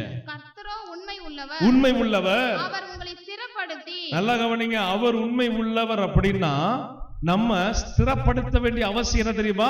நம்ம உண்மை இல்லாதவர்கள் அர்த்தம். கர்த்தரோ உண்மை உள்ளவர் அப்படின்னா நம்மள வசனம் சொல்லுது, நீ உண்மை இல்லாதவன், நீ உண்மை இல்லாதவள் அப்படின்னு வசனம் நமக்கு விரோதமா பேசுது. அதை நம்ம அண்டர்ஸ்டாண்ட் பண்ணணும் முதல்ல. அப்ப அதனாலதான் தீமை வந்தது. ஆனால் இப்ப என்ன சொல்ற கர்த்தர்? வாசிங்க. தீமையில் நின்று உன்னை விலக்கி காத்துக்கொள்ள. எப்ப? உபத்திரவ காலம் பாட அனுபவிக்கிற பிள்ளைகளுக்கு சகல கிருபையும் பொருந்திய தேவன் இவைகளை செய்வார். அல்லேலூயா. அவருடைய முகத்தை விட்டு வழி விலகி போயிடக்கூடாது. ஆமென். அதை குறித்து சங்கீதம் 27:14 எப்படி கர்த்தர் நம்மை ஸ்திரப்படுத்துவார் வாசிக்கலாம். 27:14. கர்த்தருக்கு காத்திருந்து அவர் உன் இருதயத்தை ஸ்திரப்படுத்துவார். கர்த்தருக்கு காத்திரு, அவர் உன் இருதயத்தை ஸ்திரப்படுத்துவார். ஆமா, இது எந்த வசனம் சொல்லுங்க? சங்கீதம் 27:14. ஆமா, எல்லாரும் எழுதுறவங்க எழுதிக்கங்க. இது வீட்டுல போய் நீங்க மறுபடியும் பிராக்டிஸ் பண்ணணும். எப்படி கர்த்தர் என்னை ஸ்திரப்படுத்துவார், எங்கெல்லாம் அவர் என்ன சீர்படுத்துவார், இதெல்லாம் உங்களுக்கு தெரிந்திருக்கணும். அப்ப கர்த்தருக்கு காத்திருக்கிறவர்களை கர்த்தர் என்ன சொல்றாரு இன்னைக்கு? வாசிங்க மறுபடியும். கர்த்தருக்கு காத்திரு, அவர் உன் இருதயத்தை ஸ்திரப்படுத்துவார். ஆமா, ஸ்திரப்படுத்த வேண்டிய முதல் இடம் எங்க தெரியுமா? நம்முடைய இருதயம். அல்லேலூயா சொல்லுங்க. கவலைப்படாதம்மா, நான் பார்த்துக்கிறேன், ஸ்திரப்படுத்துவா. அழுகாதம்மா, நான் பார்த்துக்கிறேன், ஸ்திரப்படுத்துவா. அவிசுவாசம் இருக்காமா? கவலைப்படாத, நான் இருக்கிறேன்ல, நான் இருக்கிறவராக இருக்கிறேன்ல, நான் உன்னை ஸ்திரப்படுத்துவேன். தீங்கு நாளா? கவலைப்படாத, நான் உன் இருதயத்தை ஸ்திரப்படுத்தினா உன் இருதயத்துக்குள்ள என்ன வந்துரும்? விசுவாசம் பெறுகிறோம். இல்லையா சொல்லுவோம். அந்த விசுவாசத்தின் மகிமை இருதயத்தை என்ன செய்யும்? அவிசுவாசம் கலந்த ஓட்டம் வேண்டாம். அவிசுவாசிகளா நம்ம இருக்க கூடாது. இருதயம் ரொம்ப முக்கியமான பாட்டு. தேவ பிள்ளைகளுக்கு நம்ம இருதயம், ஆமா, வலது புறமா இடது புறமா, இவரும் ஆண்டவரா இல்ல இவங்கெல்லாம் ஆண்டவரா, இவங்களையும் ஆராதிக்கலாமா அவங்களையும் ஆராதிக்கலாமா, இப்படிப்பட்ட கேள்விகள் நமக்கு வேண்டாம். அத கர்த்தர் அருவருக்கிறார். ஆமென் சொல்லுங்க. இவங்களை நம்பலாமா? ஆண்டவர் என்ன நம்பு. அல்லேலூயா சொல்லுங்க. இருதயம் அவருக்கு ஒப்பு கொடுக்கப்பட்டுட்டா நீங்க சொல்லுவீங்க, ஏன் கர்த்தர் எனக்கு தீங்கு அனுமதிக்காதபடி ஏதோ ஒரு விதத்துல பாதுகாத்துக் கொள்வார். ஆமென். எப்படின்னு நமக்கு தெரியாது. ஏதோ ஒரு விதத்துல தேவதூதர்களை அனுப்பி இந்த தீங்குல இருந்து என்ன பாதுகாத்துக் கொள்வார். அல்லேலூயா சொல்லுங்க. தெரியாம ஒரு காரியம் செய்ய போறீங்க, அதுல தப்பிதம் இருக்கு அப்படின்னா உங்க இருதயம் அவர் பக்கம் எப்ப இருக்குன்னா உடனே அதை என்ன செய்வாரு? விலக்கி அதுல இருந்து உங்களை தட்டி என்ன செய்வாரு? வேண்டாம், நம்ம போக வேண்டிய வழி இது, அது அல்ல பாதை. ஆண்டவர் உணர்த்துவார். யாரையாவது அனுப்பி ஆலோசனை சொல்லுவார். ஆமென் சொல்லுங்க. அப்ப நீங்க அதுக்கு எப்படி இருக்கணும்னா உங்க இருதயம் முழுவதும் எப்பயும் அவர் மேல நம்பிக்கை உள்ளதாக. இந்த வருஷத்துல இதெல்லாம் நீங்க பிராக்டிஸ் பண்ணணும். அடுத்தது நம்ம இன்னைக்கு வாசிக்க போகிற காரியம், அடுத்து என்ன செய்யறாரு? பலப்படுத்தி. வாசிக்கலாம். நம்மை கர்த்தர் எப்படி பலப்படுத்துகிறார்? 2 நாளாகமம் 24:13 படி சில காரியங்களை நம்ம வாசித்து தெரிந்து கொள்வோம். 2 நாளாகமம் 24:13. அப்படி வேலையை விசாரிக்கிறவர்கள் தங்கள் கையினாலே வேலையை நடந்தேற பண்ணி தேவனுடைய ஆலயத்தை அதன் முந்தின சீருக்கு கொண்டு வந்து அதை பலப்படுத்தினார்கள். சொல்லுங்க, இது ரொம்ப முக்கியமான வசனம். இந்த வசனத்துல நீங்க பலப்பட வேண்டிய விதத்தை கர்த்தர் ரொம்ப அழகா சொல்லியிருக்கிறாரு. இதை நீங்க புரிந்து கொண்டீங்கன்னா ஒரு பெரிய ஆசீர்வாத பங்கு இருக்குது. மறுபடியும் அந்த வசனத்துக்கு நேரா திரும்புங்க, வாசி. அப்படியே வேலையை விசாரிக்க, நல்லா கவனிக்கணும். வேலைக்காரர்கள், விசாரிப்புக்காரர்கள், வேலைக்காரர்கள், அப்படித்தானே? விசாரிக்கிறவர்கள் எஜமானுக்கு சேவை செய்யறாங்க, வேலை செய்யறாங்க. விசாரிக்கிறாங்கன்னா வேலை பார்க்கறாங்க, அவங்களுக்கு கொடுத்த கடமையை அவங்க செய்யறாங்க. கரெக்டா? அவங்க என்ன செய்யறாங்க? அடுத்த லைனு, தங்கள் கையினால் வேலையை நடந்தேற பண்ணி தேவனுடைய ஆலயத்தை அதனுடைய முந்தின சீருக்கு கொண்டு வந்து அதை பலப்படுத்தினார்கள். அல்லேலூயா சொல்லுங்க. அதாவது வேலைக்காரர்கள் என்றால் ஊழியக்காரர்கள், ஆலயம் என்றால் நீங்களே கர்த்தருடைய ஆலயம். சபை ஜனங்களை கர்த்தர் யாருடைய கரத்தில் ஒப்பு கொடுத்தாரோ அவர்களை கொண்டு, அந்த வேலை ஆட்களை கொண்டு தம்முடைய சபையை, நல்லா கவனிக்கணும், தேவனுடைய சபையாகிய உங்களையும் என்னையும் கர்த்தர் ஒப்பு கொடுத்திருக்கிற வேலையாட்கள் கொண்டு அவர்கள் ஊடாக பழைய சீர், நீங்க கர்த்தரோடு ஒப்பு கொடுத்த ரட்சிக்கப்பட்டு வந்த அந்த நாளின் சீர், மனமகிழ்ச்சியாய் அவர் ரட்சகராக ஏற்றுக்கொண்டு பாவங்களை விட்டு வந்த அந்த சீர், மறுபடியும் உங்களை அப்படி சீர் பொருந்த செய்து பழைய ஆலயத்தை அவர்கள் என்ன செய்றாங்க? பலப்படுத்துகிறாங்க. அல்லேலூயா சொல்லுவோமா? தேவ ஊழியர்கள் இந்த ஆண்டுல திருச்சபை மக்களை தேவ சமூகத்திலிருந்து ஊழியம் செய்கிற ஒவ்வொரு ஊழியக்காரரோ சபைகளை இப்படிதான் பலப்படுத்தும்படி அவர்கள் கர்த்தருக்கு முன்பதாக பணிவிடை செய்வார்கள். ஆமென் சொல்லுங்க. இப்படிதான் உங்களையும் அவங்க என்ன செய்ய போறாங்க? பலப்படுத்த போறாங்க. ஆரம்பத்துல வந்து கர்த்தர் குறித்து கேள்விப்பட்டு ஞானஸ்தானத்தை வேகமா எடுத்திருக்கலாம். அதற்கு பிறகு பழைய பாவம், அதற்கு பிறகு பழைய ஓட்டம், கர்த்தர் அதை வெறுக்கிறார், அருவருக்கிறார். இந்த ஆண்டு அதெல்லாம் உங்களை விட்டு விலக்கணும். எங்க நீங்க தோய்வா இருக்கிறீங்களோ அந்த பகுதியில மறுபடியும் உங்களை உற்சாகப்படுத்தி அந்த சீர்பொருந்த செய்து ஓட வைக்கணும். அல்லேலூயா சொல்லுங்க, அல்லேலூயா சொல்லுங்க. அப்ப ஊழியர்களை கொண்டுதான் ஆண்டவர் உங்களை என்ன செய்ய போகிறார்? இந்த வருஷம் சீராக்கி பழைய நிலைக்கு கொண்டு வந்து பலப்படுத்துவார். ஆமென். அப்ப பலப்படுத்த அவங்க கைகளை நீங்க உங்களை ஒப்பு கொடுக்கணும். கர்த்தருடைய வேலையாட்கள் அவங்க வேலை செய்வதற்கு, உங்களுக்கும் தேவனுக்கு இடையே அவங்க வேலை செய்கிறதற்கு விசுவாசிகளாகிய நீங்கள் உங்களை என்ன செய்யணும்? ஒப்பு கொடுக்கணும். அதுதான் கீழ்ப்படிதலுக்கு ஒரு நல்ல அடையாளமா இருக்கும். ஆமென் சொல்லுங்க. அதை குறித்து யோபு 4:4 4ஆம் அதிகாரம் 4ஆம் வசனத்துல யோபு சொல்லுகிற காரியத்தை வேகமாக நம்ம பார்க்கலாம். விழுகிறவனை உம்முடைய வார்த்தைகளால் நிற்க பண்ணி, விழுகிறவனை உம்முடைய வார்த்தையால் நிற்க பண்ணி, தள்ளாடுகிற முழங்கால்களை பலப்படுத்தினீர், தள்ளாடுகிற முழங்கால்களை பலப்படுத்தினீர். அல்லேலூயா சொல்லுங்க. பலப்படுத்தப்படுவோமா? கர்த்தருக்குள்ள இந்த வருஷம் ஆண்டவர் சொன்ன வார்த்தையின்படி 1 பேதுரு 5:10 நம்ம பலப்படுத்தப்படுவோமா? ஆமா. எதிலெல்லாம் பலப்படுத்தப்படுவோம்? தள்ளாடுகிற கால்கள். கடந்த வருஷம் கடன் பிரச்சனை, அதுக்கு முதல்ல இருந்து தொடர்ந்து வர்ற கடன் பிரச்சனை இருக்கட்டும். இந்த வருஷம் அதெல்லாம் உங்களுக்கு தள்ளாடுதலா இருக்காதபடி உங்களை அவர் பலப்படுத்துவார். அல்லேலூயா, அல்லேலூயா. தொழில் முடக்கம், விழுந்து போனது, நீங்க இழந்தது, தள்ளாடுகிற அனுபவம், கர்த்தர் இந்த ஆண்டு உங்களை பலப்படுத்த சித்தமா இருக்கிறார். ஆமென் சொல்லுங்க. சரீர பிரகாரமான வேதனைகளால, பண விரயத்தினால, செலவு செய்தும் தீமைகள் நமக்கு விரோதமா திரும்ப திரும்ப உருவெடுக்குதா? கர்த்தர் இந்த ஆண்டு உங்களை என்ன செய்வாரு? பலப்படுத்துவார். அந்த வசனத்தை மறுபடியும் வாசிக்கலாம். யோபு 4:4. விழுகிறவனை கர்த்தர் எதுல நிற்க பண்ணுகிறாரு? வசனத்தை விட்டுடாதீங்க. வார்த்தையாலதான் உங்களை என்ன செய்வார்? அவரு நிற்க பண்ணுவார். வசனம் தான் உயிர்ப்பிக்கிறது. அவருடைய வசனம் நான் சொன்ன கால்களுக்கு தீபம், வார்த்தையாய் வந்தவர். சில ஊழியர்கள் சொல்லுவாங்க, அது என்ன வருஷத்துல ஒரு முறை தான் கர்த்தர் பேசுவாரா? யாரு சொன்னா? வருஷம் முழுவதும் கர்த்தர் பேசுவார். ஆமென் சொல்லுங்க. வாக்கு தத்தத்தை வருஷத்துல ஒரு முறை கொடுத்துதான் கர்த்தர் பேசினார்னு அர்த்தமா? இல்ல இல்ல, கர்த்தர் வருஷம் முழுவதும் பேசுவார். யாரோடு பேசுவார் தெரியுமா? அவரோடு பேசுகிறவர்களோடு பேசுவார். அல்லேலூயா சொல்லுங்க. அவருடைய முகத்தை தேடுகிறவர்களோடு அவர் பேசுவார். அல்லேலூயா சொல்லுங்க. அதென்ன தீர்க்க தரிசனம் உரைக்கிறது வருஷத்துல முதல் மாதம். ஆமா, வருஷத்தின் துவக்கத்துல தேவ பிள்ளைகளுக்கு தன்னுடைய ரகசியங்களை வெளிப்படுத்தி பேசுகிறார். தீர்க்க தரிசனம்னா என்ன?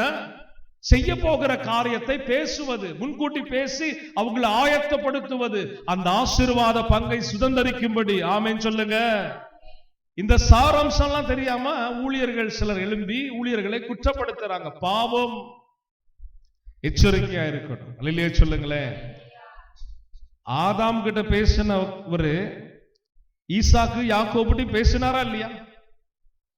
நான் ஆபிரகாமுட்டே மொத்தமா பேசிட்டேன், என் கான்ட்ராக்ட் டீட்டெயில் எல்லாம் முடிஞ்சிச்சு, அதை நீங்க ஃபாலோ பண்ணுங்கன்னு சொல்லி ஏன் நடத்திருக்கலாமே? கர்த்தர் பேசுகிற தேவன். ஆமென் சொல்லுவோமே. நாங்கள் ஆராதிக்கிற தேவன் கல்லோ மண்ணோ மரமோ அல்ல, அவர் ஆராதனைக்குரியவர், அவர் பேசுகிற தேவன், அவர் செவிகள் எப்போதும் எனக்காய் திறக்கப்பட்டிருக்கும்.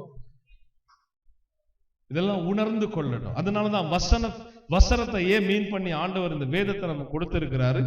வார்த்தையாய் வந்தவர், வார்த்தையை கொண்டுதான் நம்மள அவர் பலப்படுத்துவார். ஆமென் சொல்லுவோமா? கடைசியாக முடிக்க போகிறோம். இப்ப 4வது காரியம், நம்மளை நிலைநிறுத்துவார். அல்லேலூயா. எப்படி கர்த்தர் நம்மை நிலைநிறுத்துவார்? வாசிக்க கேட்கலாம். யாத்திராகமம் 9ஆம் அதிகாரம் 16ஆம் வசனத்தை நாம் வாசிக்க கேட்கலாம். யாத்திராகமம் 9ஆம் அதிகாரம் 16ஆம் வசனம். என்னுடைய வல்லமையை உன்னிடத்தில் காண்பிக்கும்படியாக அவருடைய நாமம் பூமி எங்கும் பிரஸ்தாபம் படும்படியாக ஆண்டவர் என்ன செய்யறாரு? நிலைநிறுத்துகிறதுக்கு தேவனுக்கு ஒரு திட்டம் இருக்குது. வாலிபர்களா இருக்கலாம், வயதானவங்களா இருக்கலாம், நடுத்தர வயது உள்ளவங்களா இருக்கலாம். நீங்க வயதான காலத்துல இயேசுவை ஏற்றுக்கொண்டிருக்கலாம். இல்ல, வாலிப பருவத்திலே நான் இயேசுவை ஏற்றுக்கொண்டேன், கர்த்தருக்கு பயந்து வாழுங்க, நல்ல விஷயம். உங்களை அவர் பிடிச்சதற்கு நோக்கம் அழகா ஆண்டவர் மோசே கிட்ட பேசுறார். உங்களை நிலைநிறுத்துகிறதற்கு தேவனுக்கு திட்டம் என்ன? அவருடைய திட்டம் பாருங்க. உங்களை சோதனைக்கு உட்படுத்தினாலும் சகல கிருபை பொருந்தின தேவன் என்ன செய்யறாரு? ஒவ்வொரு விஷயத்திலும் உங்களை உருவாக்கி வரும்போது கடைசியா அவர் நிலைநிறுத்துற காரியம், அவருடைய நாமம் பிரஸ்தாபப்படணும். யார் மூலமாக? உங்க மூலமாக. அல்லேலூயா, அல்லேலூயா. அந்த வசனத்தை மறுபடியும் வாசிக்க கேட்கலாம். தேவனுடைய வல்லமை, நல்லா கவனிக்கணும். இன்றைக்கு வாக்குத்தத்தம் பெறுகிற உங்களுக்கு தேவனுடைய வல்லமை உன்னிடத்தில் காண்பிக்கும்படியாக, ஜீவ ஊற்று திருச்சபையின் ஊடாய் கர்த்தர் பேசின வல்லமையை உன்னிடத்தில் அவர் காண்பிக்கும்படியாக இந்த ஆண்டு அவர் உங்களோடு பேசுகிறார். பாருங்க பாருங்க, எழுப்புதல் திட்டத்தை சபை ஊடா ஜனங்களுக்குள்ள கொண்டு வருகிறார். அல்லேலூயா சொல்லுங்க. அவருடைய நாமம் உங்களூடாக, உங்க மூலமாக பூமி எங்கும் பிரஸ்தாபப்படும்படியாக கர்த்தர் நம்மை நிலைநிறுத்துவார். அல்லேலூயா. நிலைநிறுத்துகிறதுக்கு முதல்ல 3 காரியம் இருக்குது. அதுல நீங்க கரெக்டா உங்களை சீர்பொருந்திரணும், அதுல விட்டு கொடுத்து வந்துடணும். அந்த காலகட்ட சோதனைன்னு சொல்லலாம், தப்பு கிடையாது. டெஸ்ட்னு சொல்லலாம், பரீட்சைன்னு சொல்லலாம், என்ன சொன்னாலும் சரி. இந்த 3 காரியத்தை நீங்க அப்படியே சரிவர உங்களை பாதுகாத்து வந்து கர்த்தரோடு இந்த வசனங்கள் படி நின்னுட்டீங்கன்னா, கடைசியா பாருங்க ரிவைவல் பிளான வச்சிருக்குது. இல்லையா சொல்லுங்க. நம்ம ஆட்கள் ஒரு பெரிய கிரௌட்ல நல்லா பயங்கரமா அனலா இருக்கிறது பாத்தீங்கன்னா ரொம்ப பார்க்க நல்லா இருக்கும். ஆனா அதே ஆளை பாருங்க தனியா போவிட்டு இல்ல 2 பேர் போவிட்டு என்ன செய்யறாங்க பாத்தீங்கன்னா, சோர்ந்து படுத்து கிடப்பாங்க. ஆவில தோய்வு பிரதர். அல்லேலூயா. சோதனை கட்டத்தை கடந்துகிட்டு இருக்கேன் பிரதர். கடக்கவே மாட்டாங்க. ஒரு படி கூட எடுத்து வைக்கிற ஆளு மாதிரியே தெரியாது. ஆளை பார்க்கும்போது தெரியும், ஆஹா இது சோதனை வேணாம், வேதனை வேணாம் ஆண்டவரே, ஆளை விட்டுடுங்க அப்படின்னு இருக்கிற மாதிரி. சோதனைக்காரன் எந்த ரூபத்துல வேணாலும் வருவான். ஆமென். அவனை எதிர்கொள்ளுகிறதற்கு கர்த்தர் உங்களோடு இருந்து என்ன செய்கிறார் என்பதை பார்க்கிறதுக்கு தான் இந்த வருஷ உபதேசம். அல்லேலூயா. அப்ப நீங்க தேவனுக்குள்ள ஸ்திரப்படணும்னா அதுல ஒரு நல்ல ரிவைவல் பிளான் இருக்குது. மோசையை கொண்டு சும்மா கிடையாது. அவர் நல்ல ரிவைவல் திட்டத்தை வச்சு ஒரே மனுஷன் தான் லட்சக்கணக்கான ஜனங்களை வெளியே கொண்டு வர்றார். எவ்வளவு பெரிய திட்டம் பாருங்க. ஒரே மனிதன் லட்சக்கணக்கான ஜனங்க ஆண்டவர்கிட்ட வர்றாங்க. இல்லையே சொல்லுங்க. ஒரே மனுஷி தான். நீங்க உங்களை வைத்து உங்க பகுதியிலேயோ உங்க வட்டாரத்திலேயோ ஆயிரக்கணக்கான ஜனங்களை கர்த்தரால் கொண்டு வர முடியும். அல்லேலூயா. ஒரு மனுஷன் ஒரு மனுஷி போதும் கர்த்தருக்கு. ஒரு துரும்ப கொண்டு ஒரு காரியத்தை அவரால் நிறைவேற்ற முடியும். அப்போ அதை காட்டிலும் விசேஷித்தவர்கள் நம்ம. கழுதையை கொண்டு தீர்க்க தரிசனம் உரைத்தாரு தீர்க்க தரிசிக்கு. இல்லையா சொல்லுங்க. நம்ம ஆண்டவர் எப்படிப்பட்டவர் பாருங்க. கழுதையை கொண்டு கழுதை தீர்க்க தரிசிக்கு தீர்க்க தரிசனம் உரைத்தார். கழுதை பேசிச்சா இல்லையா? இன்னைக்கு நம்ம தேவ சமூகத்தில் அப்படி ஆண்டவரே உங்க எழுப்புதல் திட்டத்துல ஒரு கழுதையாவது என்ன பயன்படுத்துங்கன்னு உட்கார்ந்துட்டீங்கன்னா உங்க வாய் திறக்கப்படும். ஆமென். மோசேயோடு இருந்த தேவன் நம்மோடும் இருந்து பெரிய காரியங்களை செய்வார், உங்களை நிலைநிறுத்துவார். ஆமென் சொல்லுங்க. கடைசியாக உபாகமம் 25:9 வாசித்து நம்ம முடிக்க போகிறோம். எப்படி கர்த்தர் நிலைநிறுத்த சித்தமாயிருக்கிறார். இதெல்லாம் ஜெபத்துக்கு வரணும், குறிப்பெடுத்து வைத்துக் கொள்ளணும், தேவ சமூகத்துல தேடணும். ஆண்டவர் இந்த வருஷம் பேசுறபடியே அவர் செய்வார். வாசிக்க கேட்கலாம். நீ தேவனாகிய கர்த்தருடைய கட்டளைகளை கை கொண்டு அவருடைய வழிகளில் நீ நடக்கும் போது கர்த்தர் உனக்கு ஆணையிட்டபடியே பரிசுத்த ஜனமாக நிலைப்படுத்துவார். அல்லேலூயா சொல்லுவோமா? எப்ப நிலைப்படுத்துறார் தெரியுமா? அவர் ஆணையிட்டு அவர் கட்டளையாய் கொடுத்த கட்டளைகளை கை கொள்ளுவீங்க அப்படின்னு சொன்னா, நீங்க வாழுகிற பட்டணத்துல, நீங்க வாழுகிற பகுதியில, நீங்க இருக்கிற உங்க திருச்சபையிலேயோ தேவனுடைய ஸ்தலங்களையோ கர்த்தர் உங்களை நிலைநிறுத்தி அவர் என்ன செய்வார் சொன்னா, அவருடைய திட்டங்களை உங்களை கொண்டு நிறைவேற்றுவார். ஆமென். அப்ப கற்பனையும் கட்டளையும் எங்க இருக்குன்னா வேத புஸ்தகத்தில் தான் இருக்குது. ஆமென் சொல்லுவோமா? இந்த வேத புஸ்தகம் அப்படியே உயர்த்தி காண்பீங்க. எல்லாரும் வேத புஸ்தகம் கொண்டு வரணும். சபைக்கு வரும்போது கர்த்தர் பேசும்படி அப்படி கொண்டு வரணும். அத அப்பப்ப அதை என்ன பண்ணணும், திருப்பி திருப்பி நம்ம வாசிக்கணும். அதுல உள்ள சாராம்சம் உங்களுக்குள்ள போகும். நான் சொல்றேனே, இந்த வேத புஸ்தகத்துல இருக்கிறத நீங்க கை கொள்ள ஆரம்பிச்சிட்டீங்கன்னா யாரு நடுங்குறாங்களோ இல்லையோ, சாத்தா உங்களுக்கு முன்பதாக நல்லா நடுங்குவான். அல்லேலூயா.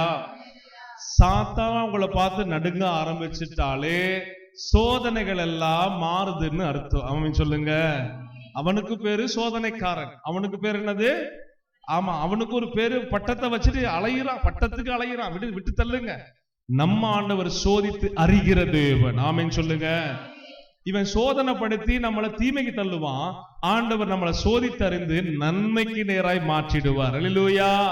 வித்தியாசம் தான். அப்ப கர்த்தருடைய பிள்ளைகள் ஆண்டுடைய ரிவைவல் பிளான குறிச்சு யாத்திராகம் 9:16 பார்த்தோம். அதே போல தேவனுடைய திட்டத்தை குறித்து உபாகமம் 28:9 நம்ம பார்க்கிறோம். கற்பனைகளை கட்டளைகளை கை கொண்டு இருந்தாலே கர்த்தர் நம்மை என்ன செய்வாரு? தம்முடைய தீர்மானத்தின்படி திட்டத்தின்படி எல்லாவற்றிலும் உங்களை நிலைநிறுத்தும். அசைக்க முடியாதுன்னு அர்த்தம். ஆமென் சொல்லுங்க. ஏன் தாவீது அசைக்க முடியல? ரகசியம் என்ன? தாவீது கர்த்தரை தனக்கு, எல்லாரும் சொல்லுங்க, தனக்கு, ஆமா, கர்த்தரை பின்பாக வச்சிட்டோம்னா அசைக்கப்பட்டுடுவோம். கர்த்தரை நம்ம எங்க வைக்கணும்?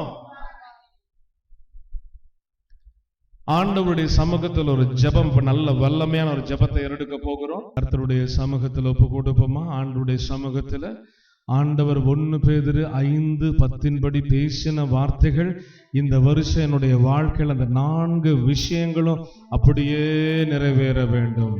ஆமென், ஆமென், ஆமென், ஆமென். எல்லாம் அப்படியே வாய் திறந்து, ஆண்டவரே 1 பேதுரு 5:10 கர்த்தர் என்னை சீர்படுத்தி, கர்த்தர் என்னை ஸ்திரப்படுத்தி, கர்த்தர் என்னை நிலைநிறுத்த, ஆண்டவரே என்னை பலப்படுத்த, இதோ நான் என்னை ஒப்புக் கொடுக்கிறேன். இதோ